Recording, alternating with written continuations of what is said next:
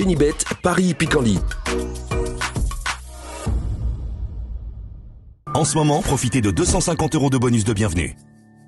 Bonjour à toutes, bonjour à tous, direction l'hippodrome d'Auteuil pour la réunion principale de ce dimanche 21 avril, avec en point d'orgue un quintet toujours très prisé, toujours très spectaculaire. Il s'agira du prix du président de la République. Nous évoquerons donc cette course dans la première partie de l'émission. Et dans la deuxième, on se penchera sur quelques temps forts de cette réunion dominicale à Auteuil. J'aurai également un coup de cœur pour Toulouse. En réunion 4, également des infos concernant la réunion 5 sur l'hippodrome de Cordemais, puisque j'ai pu m'entretenir avec certains socio-professionnels y participants. Comme vous le savez, il vous est toujours possible de liker ce programme et de le partager, et ce, via nos différents supports sociaux. Ne vous en privez surtout pas. Concernant donc ce prix du président de la République édition 2024, en ce dimanche, j'aime beaucoup les protagonistes du dernier prix Luther 3, une épreuve qui sert souvent de tremplin pour cette rencontre. J'aime beaucoup notamment le numéro 6 Flanker qui a bien fini pour se classer 3e du prix Luther 3. À mon avis, ici, il a le potentiel pour s'imposer. Il peut prendre sa revanche sur le numéro 10, Calligramme, 2e de cette course référence derrière Imprenable. Ces deux-là, à mon avis, fort de leur tentative dans l'épreuve préparatoire, doivent pouvoir se mettre en évidence. Ils devront toutefois composer avec le 11 Shaoli et le numéro 9, Indien de Gascogne, affiché 4e et 5e de ce même prix Luther 3. Un Shaoli qui avait également tracé une bonne fin de course. Le numéro 8, Saint-Romain du Derby, a été arrêté ce jour-là. C'est un cheval fragile, mais il est doué. Fabrice Fouché l'aime beaucoup. Un cheval, à mon avis, qui devrait courir ici en amélioration. Attention à lui, il peut venir corser les rapports. Même remarque avec le numéro 3, dans cette épreuve, Inédit de Siergue, qui a animé les courses, qui a galopé dans le sillage de l'animatrice ce jour-là, avant d'être arrêté dans le dernier tournant. Il vaut mieux que cette perf, à lui, de le prouver dans cette course. En bas de tableau, je me méfierai également du 16 Batam du Bocage, qui vient de faire le plein de confiance en s'imposant en province à l'Odéac. Elle est bien placée en bas de tableau et à mon avis peut ici accompagner les précédents nommés. Tout comme numéro 15, Fanfaron Spécial, un cheval confirmé à ce niveau. N'oubliez pas qu'il avait pris la 2e place de cette course l'an dernier. Ça doit suffire ici pour prendre une belle allocation et pourquoi pas mieux. Résumé chiffré pour ce prix du président de la République. 6, 10, 11, 9, devant le 8, le 3, le 16 et le numéro 15. En canon partant, on pourrait se pencher sur le numéro 14, Fil au poteau, qui lui aussi a pris part au prix Luther 3. Dernièrement, on se retrouve pour les coups de cœur. En ce moment, profitez de 250 € de bonus de bienvenue. On se retrouve pour les coups de cœur de ce dimanche 21 avril.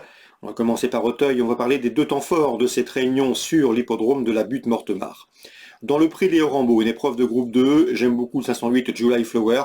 C'est une jument de classe, n'oubliez pas qu'elle a pris la 2e place du prix Renaud de Vivier en fin d'année dernière et cette année, elle s'est classée également 2e des prix Juigné et Hypothèse. À mon avis, dans ce lot, sa chance est prépondérante, elle possède une redoutable pointe de vitesse finale, elle peut s'imposer le 508 July Flower. À mon avis, elle peut prendre sa revanche sur le numéro 2, Garrick Harmony, qui l'a dominé dans le prix Juigné, au mois de mars, début mars. Mais sachez que Garrick Harmony est un cheval qui apprécie tout particulièrement le terrain lourd. Cette fois-ci, il le sera moins que lors de leur dernière confrontation commune. Attention également à un cheval qui, à mon avis, a le potentiel pour gagner ici. C'est le numéro 5, Zeracan, présenté par Étienne Dandinier. Un homme qui nous livre régulièrement des informations sur canaturf.com. Eh bien, sachez que lors de ses 4 dernières sorties, le cheval a signé 3 victoires et une place de 2e. Il a remporté une Lister Race début mars, le 9 mars, sur le tracé proposé, celui des 4300 mètres à mon avis. C'est lui aussi un lauréat en puissance. Donc dans la 5e, mes préférés, le 508 July Flower, le 5 Zeracan et le numéro 2 Garrick Harmony. Dans le prix Jean Stern, un steeple groupe 2 pour les 4 ans, j'aime beaucoup le 602 Chanteur de Bourg et surtout le 601 Cadam, un Cadam qui avait remporté le prix Congrès en fin d'année dernière. Ces deux-là ont pris les 2e et 3e places du prix des Ducs d'Anjou le 9 mars. Mais à mon avis, Cadam peut prendre sa revanche, car ce jour-là, le cheval effectue une course de rentrée. Donc, Chanteur de Bourg, de surcroît, est tombé depuis dans le prix Fleuret. Donc, préférence au 601 Cadam sur le 602 Chanteur du Bourg, pour moi, dans le prix Jean Stern, la 6e course, un steeple pour des 4 ans. Concernant Toulouse, dans la Réunion 4, je vous invite à suivre avec intérêt le 307, c'est Vigui Tata, qui est invaincu en 2 courses courues, qui est engagé dans le prix Saint-Alary. Il est présenté par François Roux, elle est en constant progrès, et à mon avis, elle ne devrait pas s'arrêter en si bon chemin. Je lui poserai toutefois une rentrante, le 305, l'équilibriste, pouliche estimée par Tim Dunworth. La pouliche effectue une rentrée, mais sachez qu'elle a des engagements classiques et notamment dans le prix Diane, donc il faut la suivre. Le 307 Vigatata, le 305 l'équilibriste. On passe maintenant à Cordemais, c'est la réunion 5. Dans la première, j'ai pu discuter avec Arnaud Zirmet qui présente le 102 Héros Delpa. Il reste sur une disqualification excusable, un problème de ferrure ce jour-là. Le cheval, d'après lui, est capable de se placer, donc pourquoi pas une place à Bellecote. On reprendra également le numéro 4, Evalon de Guèze. Son mentor, Pierre-Yves Rochard, était confiant la dernière fois, c'est mal passé. La jument n'a pas eu le bon parcours caché comme elle les apprécie. Ici, à la faveur d'un bon scénario de course, elle va finir vite et peut redorer son blason. À mon avis, ces deux-là, le 102 et le 104, constituent des rivaux sérieux.